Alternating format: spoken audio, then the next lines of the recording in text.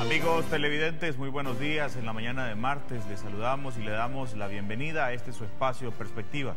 Muchísimas gracias por siempre preferir su canal 33 y por supuesto compartir con nosotros los temas que tienen que ver y que son de interés nacional. Esta mañana me acompaña y tengo el gusto de darle la bienvenida al ministro de Obras Públicas, Gerson Martínez. Ministro, bienvenido, buenos días. Muy buenos días a la teleaudiencia. Muchas gracias por acompañarnos. A usted.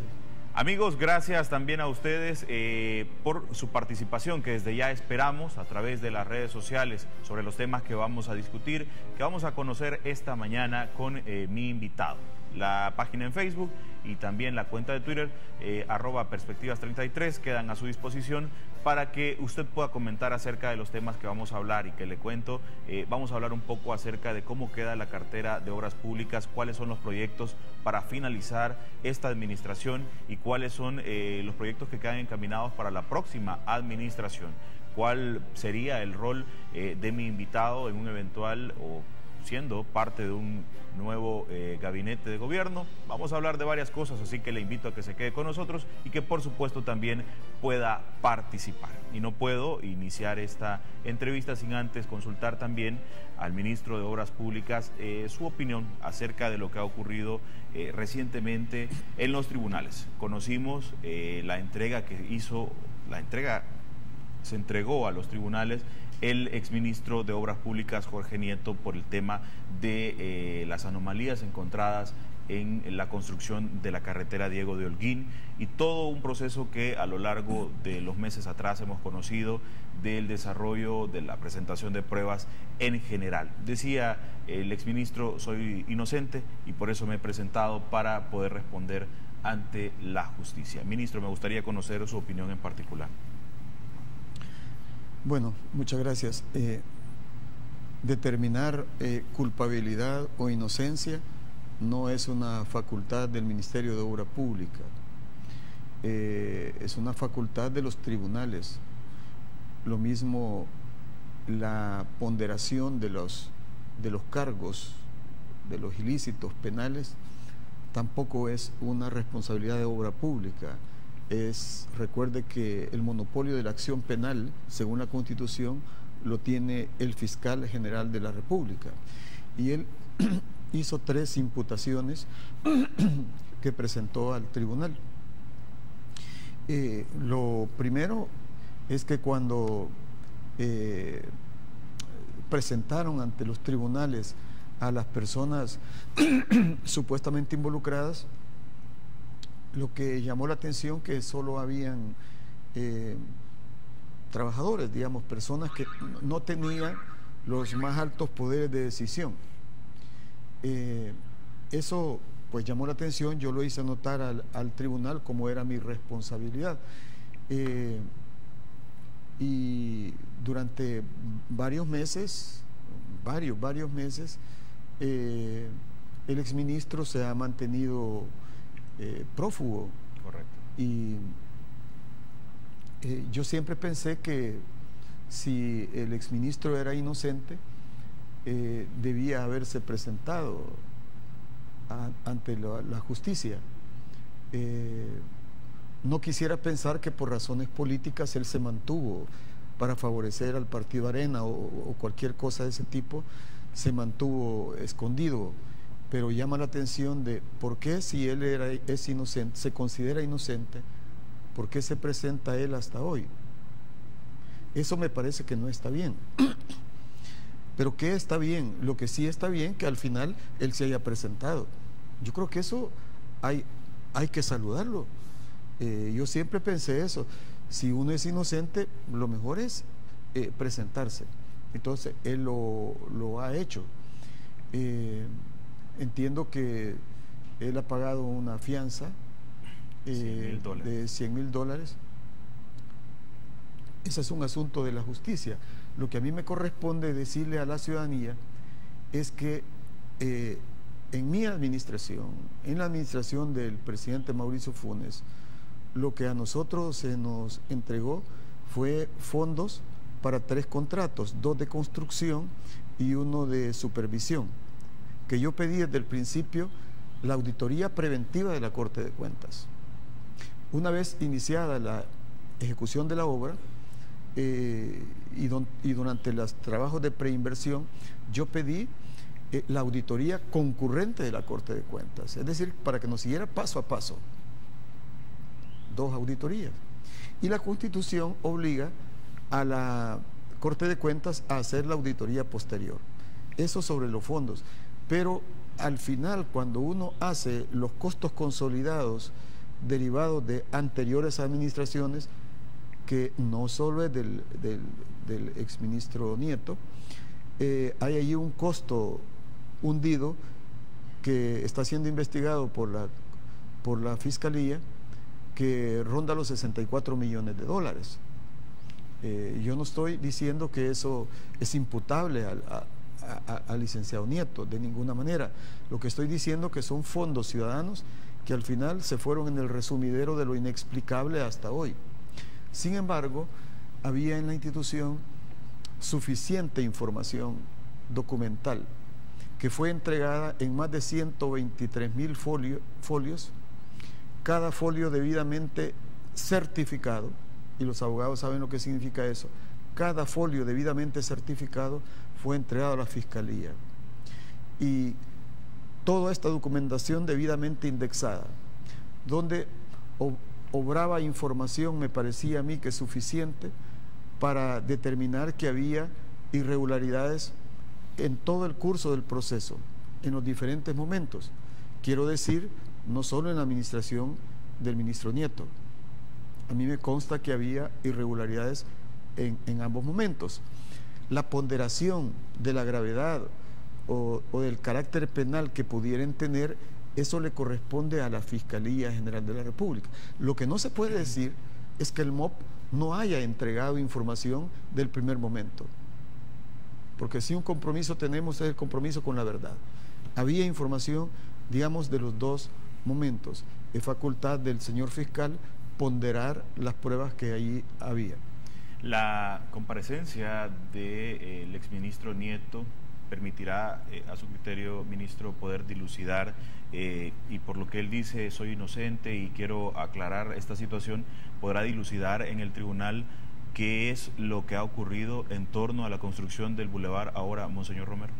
Eso es importante porque habría que determinar si en lo que está investigando la Fiscalía solo han estado involucrados elementos al interior del Ministerio de Obra Pública o hubo involucramiento de elementos exteriores al Ministerio de Obra Pública. Así que es importante que la investigación vaya hasta allá, porque creo que todos los ciudadanos estamos de acuerdo que la justicia del cíclope, el cíclope solo tiene un ojo. La justicia del cíclope no es justicia. La justicia tiene que ver por igual hacia todos lados. Y decía un pastor americano, yo estoy del lado de la justicia, no importa en favor o en contra de quién se imparta, o todos en el suelo o todos en la cama. ¿Podría entonces ahora cumplirse aquello que usted decía en el momento que sonó la investigación, que no habían caído los peces gordos, no estaban involucradas en este caso, en esta acusación, las personas responsables de toda esta investigación, que al final son señalados por peculado, por malversación de fondos, etcétera?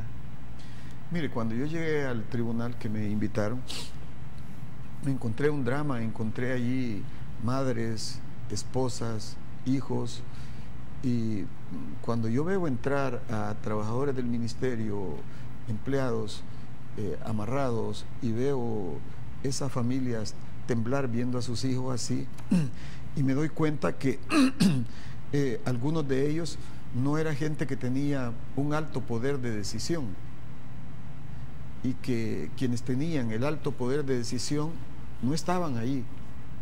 Entonces, esa historia me parecía repetida tantas veces, porque en el pasado, yo lo he dicho reiteradamente, y no en relación al ministro Nieto, lo he dicho en relación a todo lo que pasó durante tantos años, que aquí, diciéndolo en buen salvadoreño, el robagallinas iba a Mariona, pero el robamillones iba a Miami, al Hospital de la Mujer. Y no lo digo en relación al ministro Nieto, lo dije antes, o sea, es un mal signo ese. En todo caso, es al tribunal a quien le corresponde ponderar, porque sí puede haber situaciones donde una persona efectivamente no está en condiciones de salud y que puede estar justificado. Sin embargo, lo sintomático es que esa ha sido la historia, ha sido un patrón. Entonces, casi siempre cuando eso se da, es ya el camino a la impunidad. Quiero aceptar una cosa que muchas personas consideran que el ministro Nieto ha sido una persona honrada, pero es importante que los tribunales ponderen todo. Y yo creo que si el exministro Nieto quiere colaborar con la justicia, que pues yo asumo que sí, presumo que sí, entonces él tiene toda la información de lo que él actuó y de lo que otros pudieron actuar.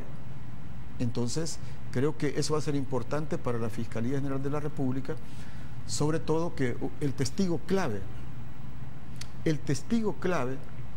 fue dejado escapar, deliberadamente o no, fue dejado escapar, en un tiempo en que la Fiscalía ya tenía la información.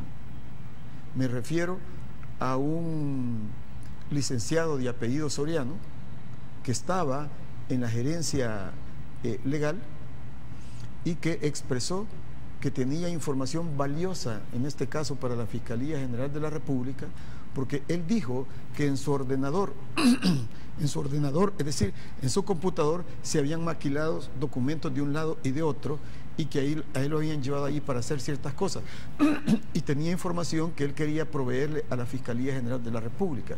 Sin embargo, el licenciado Soriano no está en el país. Se presume que salió hacia Calgary, Canadá. Entonces, ¿cómo es que un testigo clave no se dice nada? A menos de que en las investigaciones, si se quiere ir a fondo, tendría que requerírsele al gobierno de Canadá la extradición de esa persona, que expresó que estaba dispuesto a dar toda la información al fiscal general de la República. Y que sin duda sería clave en esta investigación. Una persona clave. Vamos, amigos televidentes, a la pausa comercial. A regresar vamos a seguir conversando con el ministro de Obras Públicas.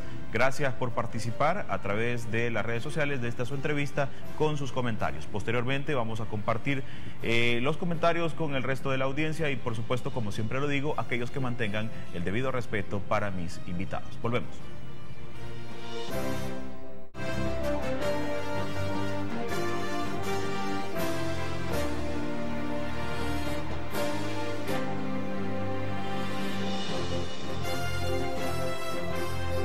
Muchas gracias, amigos, por quedarse en sintonía del Canal 33. Hablamos de proyectos que el Ministerio de Obras Públicas estaría por iniciar en las próximas semanas, y uno de los temas que hemos escuchado es la construcción de pasos a desnivel. Uno de ellos es el que se estaría ejecutando en los alrededores del redondel de las Naciones Unidas. Un punto bastante importante donde se estaría construyendo un nuevo paso a desnivel. Una obra que, deberé decir, ministro, quedaría ya iniciada en esta administración para poder terminar o ejecutarse en la próxima administración. Bueno, efectivamente en esta administración gestionamos un financiamiento. Primero, eso no fue fácil. Hicimos todos los estudios de cerca de 4 o 5 pasos a doble nivel. Los estudios de suelo, la campaña geotécnica, la exploración de los mantos rocosos. Hicimos todos los estudios. Se hicieron prediseños que son simplemente conceptuales de cada una. Y posteriormente se hicieron las bases y la contratación de los diseños. Esta etapa ya prácticamente está concluyendo. Ya la semana pasada sometimos a estudio el primer diseño, que es el del redondel de Naciones Unidas sobre la avenida Chiltepán, que está entre Las Cascadas y Multiplaza. Allí se va a hacer un deprimido y sobre el paso a doble nivel que hoy va a ir otro. O sea, que es una cosa como de 4 niveles que se va a desarrollar allí. Es una solución bastante compleja, pero necesaria para darle plena fluidez a esa zona. Mientras tanto, está en revisión, todavía lo están ajustando, el diseño para el paso subterráneo por el redondel de Masferrer, ¿verdad? Ese quedaría posteriormente. Es decir, que como el redondel de Naciones Unidas acaba de ser aprobado, se entraría a elaborar las bases de licitación, sí. Luego se licitaría la construcción. Eso en conjunto dura 3 o 4 meses entre las bases de licitación y todo, y en un mes y medio toda la carretera a Santa Tecla ya va a estar terminada. O sea que esos trabajos van coordinados. El segundo que posiblemente se haga, que yo veo que el diseño está como más maduro, es el del Rancho Navarra, pero todavía se está trabajando el diseño. ¿De cuánto tiempo, perdón, de cuánto tiempo estamos hablando que puede durar la construcción, y si es que los 3 se consideraría hacer al mismo tiempo? No se harían los 3 al mismo tiempo. Primero sería el de Naciones Unidas. Al terminar el de Naciones Unidas se haría el del redondel Masferrer. El que posiblemente se pueda simultanear, digo posiblemente porque no se ha terminado el diseño y cuando se hace la licitación de la construcción, se trabaja una suerte de plan de obras. El que posiblemente pueda coincidir es el del Rancho Navarra, porque está en otra zona, y esto nos vendría a resolver un gravísimo problema que hay para todas las cimas. Que salen por esta zona del Navarra, las colas a veces son hasta de 3 kilómetros hasta los supermercados allá arriba, y aquí también en la Vista Hermosa. Esto vendría a resolver, además permitiría eliminar ese semáforo que está a la salida de San Salvador, y podríamos completar lo que se llama ruta de penetración. Usted puede llegar para poder llegar en 22 minutos de la zona del Hotel Ex Camino Real hasta el aeropuerto internacional. Esto es importante, es parte de todo el plan también de modernización del aeropuerto, ¿verdad? Esto, ¿cuánto costarían estos pasos a desnivel, y si es que ya se tienen o se manejan algunas estimaciones económicas? Bueno, cuando no tengo el dato exacto en este momento, sí, porque solo revisamos el diseño. Ahora que se hacen las bases de licitación ya se puede determinar, porque cuando se ha terminado el diseño sí ya se puede tener una estimación definitiva de los costos. Claro. Mientras tanto, con los conceptuales, con los prediseños, lo que se tenían eran estimaciones muy preliminares, pero los recursos provienen de la emisión de los títulos valores que autorizó la Asamblea Legislativa. Para el Fovial. Sí. Y estos pasos a desnivel, ministro, se vuelven, ¿qué tanta necesidad tiene el tráfico vehicular de estas zonas que usted me ha mencionado para la construcción de estas obras? Bueno, ya el redondel de Naciones Unidas está casi colapsado desde hace unos 3 o 4 años. Ahí hay unas colas inmensas en todos los sentidos. Lo mismo el redondel de Masferrer tiene un gran problema. En la Jerusalén ahora las colas son casi todo el día, pero esto tiene que ver no solo con la estrategia de movilidad de la población, que a su vez tiene que ver con la movilidad de la economía, la eficiencia de la economía, sino que tiene que ver también con la estrategia logística. Centroamérica tiene los corredores logísticos más lerdos del continente y los que elevan los más altos costos para los empresarios y los termina pagando al final de la cadena el consumidor. Eso hay que superarlo. Entonces, para lograr la agilidad de la cadena de suministros, tenemos que terminar con las largas colas, con las largas esperas en las fronteras, que es el primer nudo. Y los otros nudos están en las ciudades. En la capital hay cantidad de nudos, hay por lo menos unos 10 o 12 nudos que son gravísimos, son graves. Para esos son los que el Ministerio de Obras Públicas ha planteado una solución inmediata a unos y los otros quedan planteados para el gobierno de Salvador y Óscar. Porque en estos 5 años tendría que resolverse, por ejemplo, otros problemas que tenemos a la entrada en la zona de cárcel de mujeres de la Santa Lucía.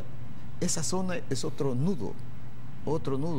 Allí ya hay un conceptual, hay un prediseño para resolver. El otro era el paso de las 50, esto es en Molsa. Sí. Eso ya se está resolviendo. El otro era la entrada del Boulevard del Ejército hacia el Boulevard Castellano o Venezuela. Ese ya se hizo y ha quedado muy bien. Entonces, esto es para darle fluidez a la cadena de suministros y a la movilidad de la población. Es decir, que lo que le hemos solicitado a los ingenieros, que no nos planteen soluciones aisladas, sino que estén inscritas en soluciones estratégicas, y es proveer a la capital, por ejemplo, de corredores longitudinales sin entretenimientos, sin alto. Lo que queremos hacer en San Miguel, por ejemplo. A la entrada de San Miguel hemos iniciado a ampliar el puente Girleman y la Panamericana, pero ahí hay un nudo en los triángulos entre la ruta militar, la Roosevelt y la Panamericana. Es un nudo terrible. Entonces ya tenemos nosotros un diseño todavía en estudio, porque esto en virtud de un convenio que hizo el MOP con la Facultad de Ingeniería, de Arquitectura e Ingeniería de la Universidad de El Salvador en San Miguel. En virtud de ese convenio, ellos nos plantearon una propuesta. El Ministerio lo ha visto bien, está en revisión técnica. Ahí lo que se plantea también es un paso a doble nivel, para que usted vaya de la ruta militar a la Panamericana y viceversa por un paso aéreo, y poder liberar el paso de la Roosevelt, que es una avenida muy importante en esa zona. Hay varios proyectos que quedarían encaminados para la próxima administración, los pasos a desnivel, este estudio que también me menciona en San Miguel. ¿Qué tan avanzado más bien quedarían todos estos proyectos para que se puedan ejecutar en la próxima administración, ministro? Bueno, esa es una de las preocupaciones que nosotros más hemos tenido, el dejarle a la futura administración, dejarle al gobierno de Salvador y de Óscar una mesa limpia, en el sentido de que no haya juicios, dejarle un plan financiado y dejar también al nuevo gobierno los diseños ya aprobados o en elaboración. Entonces, de esa manera estamos dejamos financiamientos hasta hoy ya avanzados por cerca de 300 millones de dólares, pero tenemos en gestión otros financiamientos para infraestructura muy importante, por ejemplo, y que ya tenemos diseño, que es para la prolongación de la carretera al puerto hasta el Puerto de la Libertad, y para que no colapse el puerto, que solo tiene 2 calles, entonces un bypass que hace una media luna al norte del Puerto de la Libertad. Eso está diseñado, y el financiamiento con Fondo Yucatán, prácticamente toda la gestión ha sido terminada. Estamos pendientes de una reunión del directorio para que confirme la aprobación de ese financiamiento. Si es en el momento que eso se apruebe, nosotros vamos a ir a la Asamblea Legislativa. Ese es un financiamiento de alrededor de 154 millones de dólares, que incluye también la construcción de un puente nuevo en La Chadura, el puente Arce, y un puente nuevo en Anguiatú. Y eso trae un componente de donación superior a los 60 millones de dólares. Eso también obedece al hecho de que el Ministerio de Obra Pública hoy es una institución que reúne niveles de confianza, de credibilidad que permiten este tipo de donaciones. Adicionalmente, quiero decirle que hemos seguido trabajando como que si ya estuviera firmado el Fomilenio. No nos hemos detenido, hemos seguido trabajando con los equipos técnicos de infraestructura de Fomilenio, en licitaciones de las carpetas, etcétera. Se está avanzando y se trata de que esta autopista que va de la capital hasta el aeropuerto internacional, que está por iniciar su modernización y su ampliación, que es de 4 carriles, hay que prolongarla hasta el puerto de La Unión, pero hay que ir por etapas. Entonces la primera etapa es hasta la siguiente capital departamental, que es Zacatecoluca. Eso forma parte es un componente del Fomilenio 2. En el momento que eso se firme, pues tendremos más certidumbre, pero los trabajos no se han detenido. Y mientras tanto, el gobierno de El Salvador ha hecho gestión de financiamientos con el Banco Interamericano de Desarrollo para financiar también esa autopista y llevarla hasta Usulután, hasta el antiguo Puente de Oro. Mientras tanto, se trabaja en el prediseño hasta Usulután. Adicionalmente, en el Fomilenio va un mejoramiento de la ruta litoral, porque esto que es el corredor pacífico, cuando quiere ir hasta el puerto de la Unión y usted llega al Delirio, entonces usted tiene que doblar en dirección al Cuco, al Tamarindo, y dar una gran vuelta, o meterse hasta San Miguel. Pero la solución que han encontrado los ingenieros es cortar, hacer una recta, ¿verdad?, hasta la zona del Carmen, más o menos, lo cual va a abreviar muchos kilómetros y tiempos a todo el transporte de pasajeros y también a la cadena de suministros. Son varios proyectos que quedarían pendientes para ejecución para la nueva administración. Todo esto, quiero decirle, ninguno de estos proyectos es aislado, ninguno es antojadizo. Todos forman parte de una estrategia articulada de logística, transporte y puertos, de movilidad, logística, transporte y puertos. Bien, vamos a hacer, amigos televidentes, una nueva pausa comercial. Regresamos.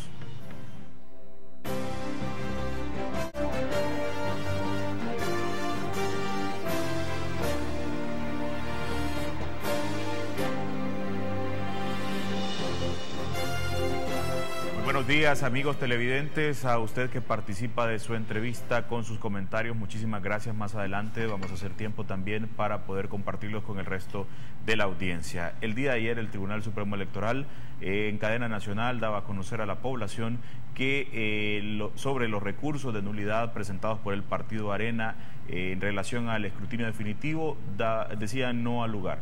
Y además de eso también declaraban en firme los resultados que daban como ganador y declaraban como presidente y vicepresidente electo a Salvador Sánchez Serén y también a Óscar Ortiz. Y precisamente hoy a las 6 de la tarde será la entrega de credenciales en el Centro Internacional de Ferias y Convenciones CIFCO por parte del Tribunal Supremo Electoral.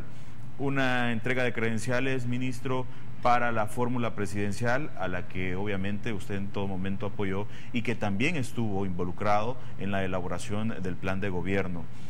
¿Qué es lo que se viene, ministro, a partir de este día, después de las 6 de la tarde, cuando se entreguen las credenciales? Ya hemos visto a los equipos de trabajo, a los equipos de transición trabajando, pero ¿qué es lo que se viene para los próximos días? Bueno, efectivamente entiendo que ahora el Tribunal Supremo Electoral entregará las credenciales a Salvador y a Óscar. Muy probablemente a partir de ahora la transición seguramente va a pasar a otra etapa.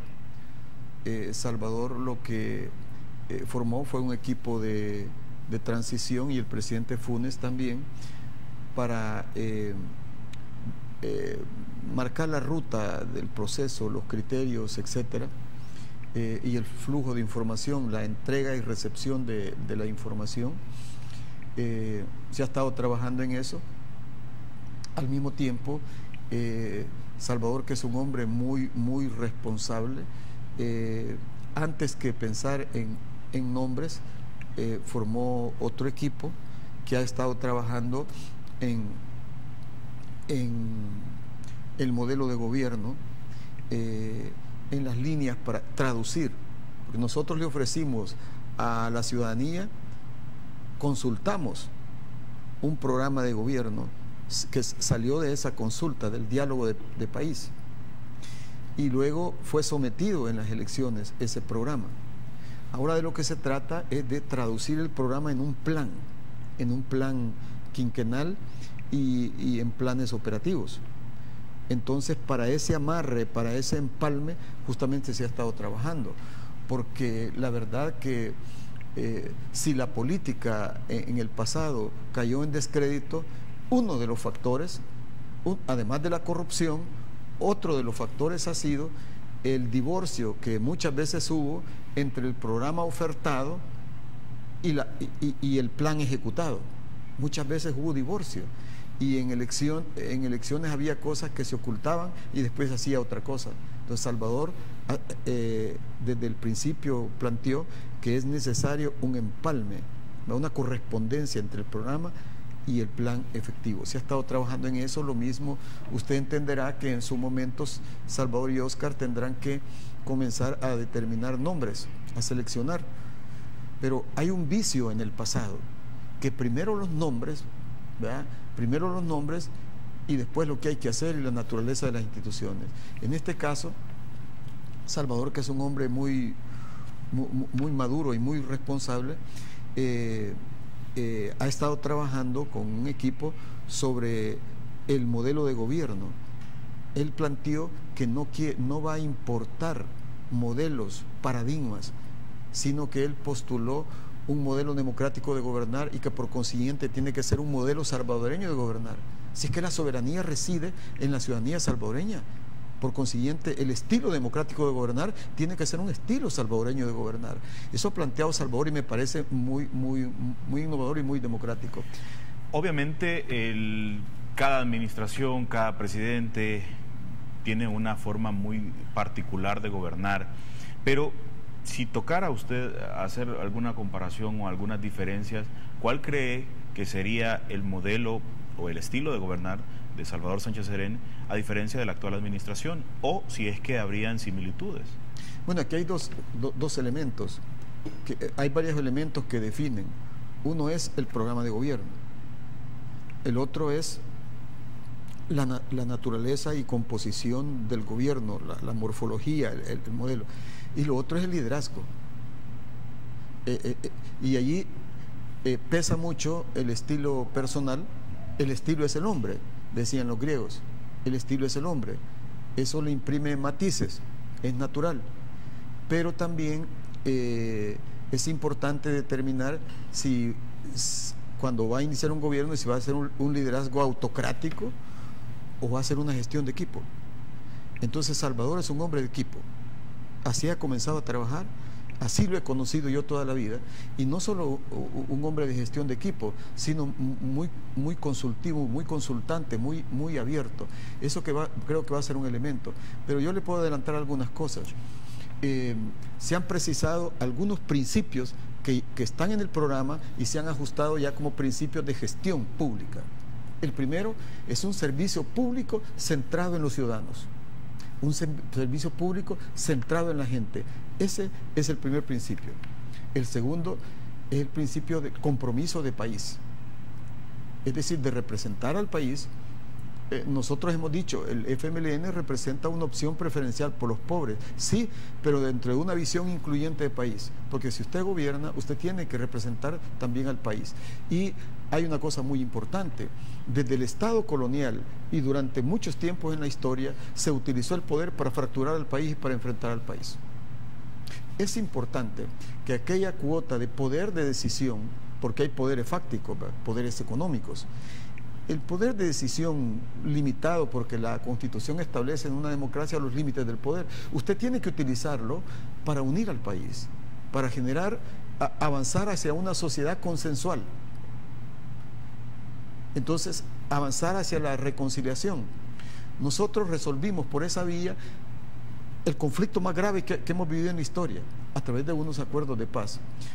Hoy han pasado 22 años, pero aún persisten nuestros desacuerdos de paz. Entonces hay que buscar, hay que propender hacia acuerdos de segunda generación para resolver civilizadamente nuestros desacuerdos de paz. El tercer principio es el principio de solución. ¿Qué es la política pública?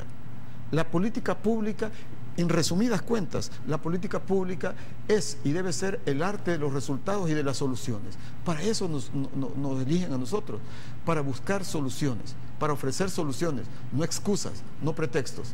Ese es el tercer principio. El cuarto, muy importante también, es el principio de legitimidad. La legitimidad tiene que ver con dos cosas: con los intereses que usted representa, que representa el gobierno, que tiene que ver con los intereses públicos, con la equidad y eso. Pero también tiene que ver con la naturaleza de los procesos.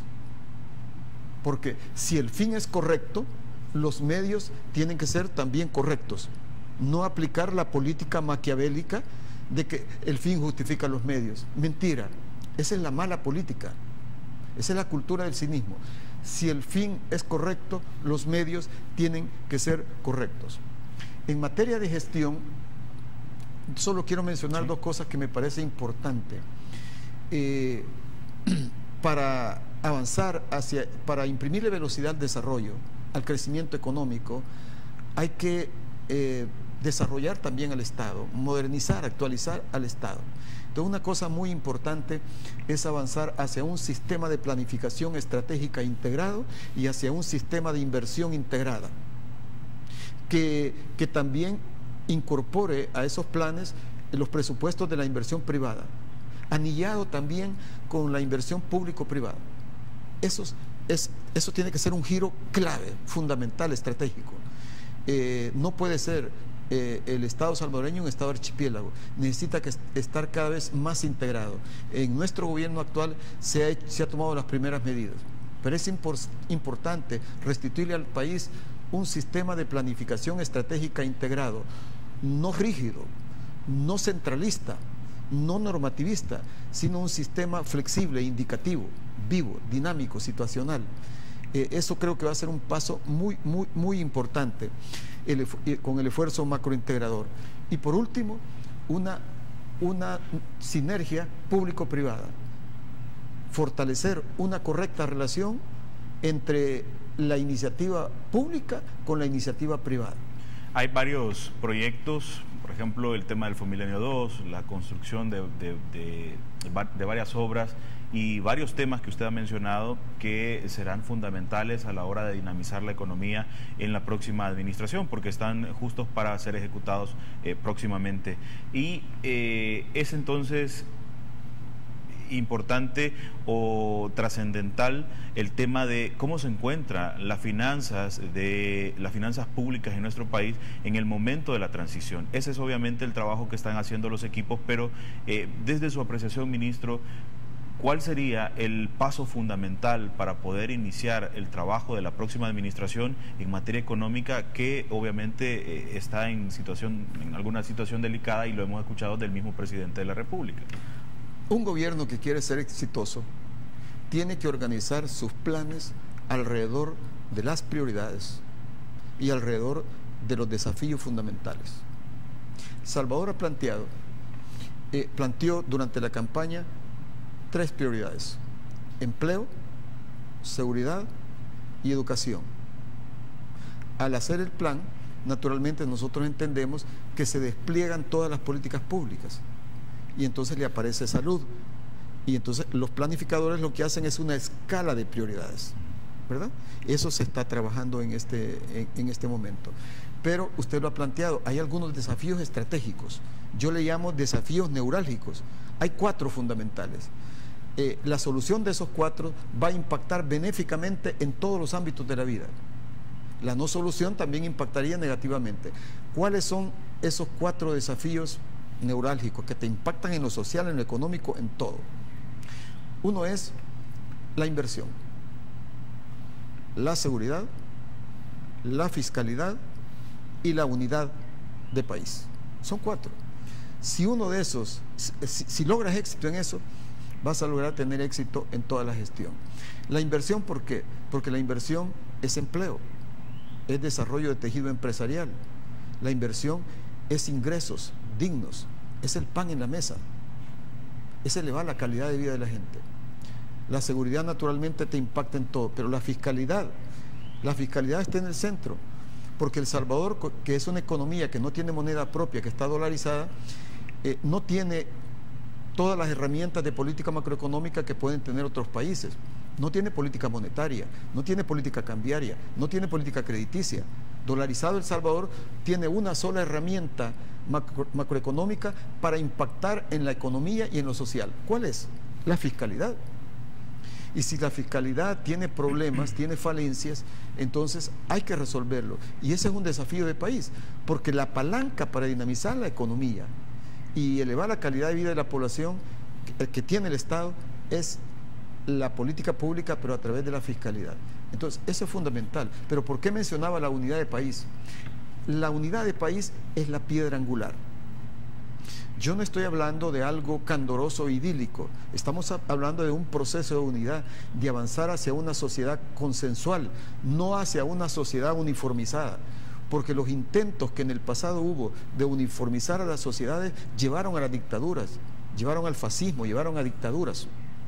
No, de lo que se trata de avanzar a sociedades consensuales, que haya una unidad básica de cuál es la visión de país que tenemos para los próximos 20 o 30 años. Entonces, alrededor de eso es que hay que construir acuerdos, un tejido de acuerdos. Y creo que el signo más relevante del gobierno de Salvador y Óscar va a ser eso, el consenso. Un consenso al que deberán sumarse, como usted lo dice, todas las fuerzas vivas políticas de nuestro país, y que deberé decir que por hoy hay una parte, debido a lo estrecho de los resultados de la elección presidencial, hay una parte que insiste en recursos. El Partido Arena ha presentado ante el Tribunal Supremo Electoral, que lo decíamos al inicio, el día de ayer resolvió no al lugar, pero quedan pendientes algunos recursos en la Corte Suprema de Justicia, sectores que dicen no reconocer al presidente electo, que me refiero a la ANEP, que en su momento serán necesarios, ministro, para poder iniciar acuerdos. Esos puntos, ¿cómo cree que se pueden limar esas asperezas y al final llegar a los consensos de país? Bueno, usted me está hablando de lo político electoral. Sí. Mientras ellos están anclados en esa situación, nosotros estamos pensando en el país. De eso hemos hablado en este momento. Sin embargo, quiero decirles, ellos tienen la posibilidad de usar los recursos que les da la ley, pero hay que usarlos con responsabilidad, sobre todo con verdad. Uno no puede falsear. Yo no puedo presentar a un hombre encapuchado y después decir y tratar de engañar a la opinión pública y después decir, mire, no lo puedo presentar ante la justicia. Por favor, preséntenlo, por favor. Hasta ahora ninguno de los recursos ha mostrado tener consistencia y han apelado a todo. Bueno, es una posibilidad que les da la ley, pero hay que decir una cosa. El 9 de marzo la ciudadanía fue a las urnas y tomó una decisión. Cualquiera que haya sido la decisión, la toma el soberano, el ciudadano soberano ahí. Entonces usted no puede pretender que se cambie la decisión en otras instancias. Las otras instancias tienen que tutelar el principio de soberanía del ciudadano. Ese es el punto. Pero bueno, volvamos ahora a la mirada hacia adelante. ¿Cómo construir esos consensos y esa unidad de país? ¿Cómo lograr las aproximaciones en un país que históricamente ha estado muy fracturado?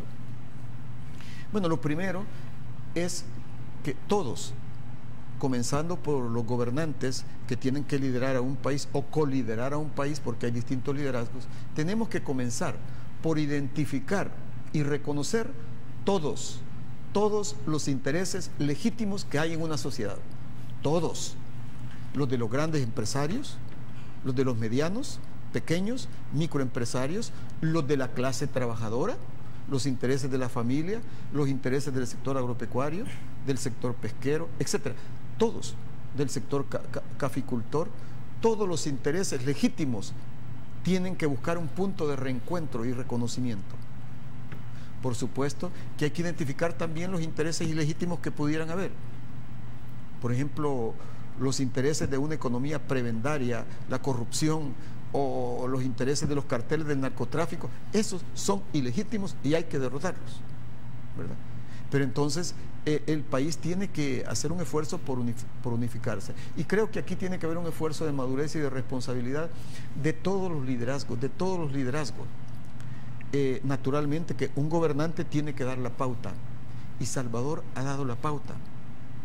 Salvador en esta campaña, a pesar de todos los agravios que se le hicieron, mantuvo una actitud imperturbable, madura, responsable. Y yo siempre en mi cuenta de Twitter he puesto muy en alto la prudencia, la sensatez, y he insistido que la prudencia no es una expresión de debilidad ni de inseguridad. La prudencia y la sensatez, una expresión de madurez, pero también de fortaleza. Así que no deben equivocarse aquellos que están acostumbrados a vivir a usufructuar el miedo y los agravios. La sensatez es una expresión de fortaleza. Con esto hacemos, amigos televidentes, la última pausa comercial. Regresamos.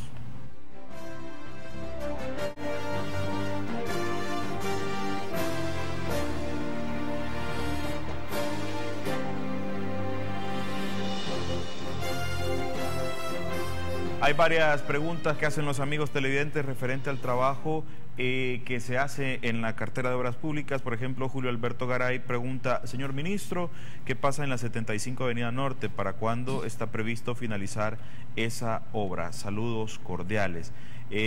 También dice Samuel 1970 en el Twitter: así como actúa la justicia salvadoreña, nunca se van a parar los robos al Estado. Se roban 64 millones y pagan 100.000 y no pasa nada.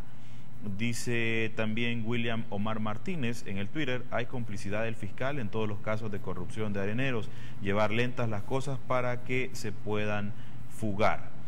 Salvador Eguizábal dice: ¿por qué no quitan los nudos de $18 que han puesto como impuesto en las aduanas?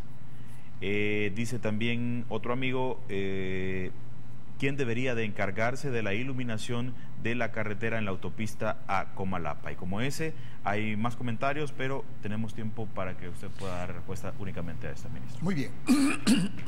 Sobre la 75, es algo muy importante. Ese probablemente es el socavón más grande que ha conocido la historia nacional, mucho más grande que el de Sertrasen. Se recuerda que hubo uno ahí.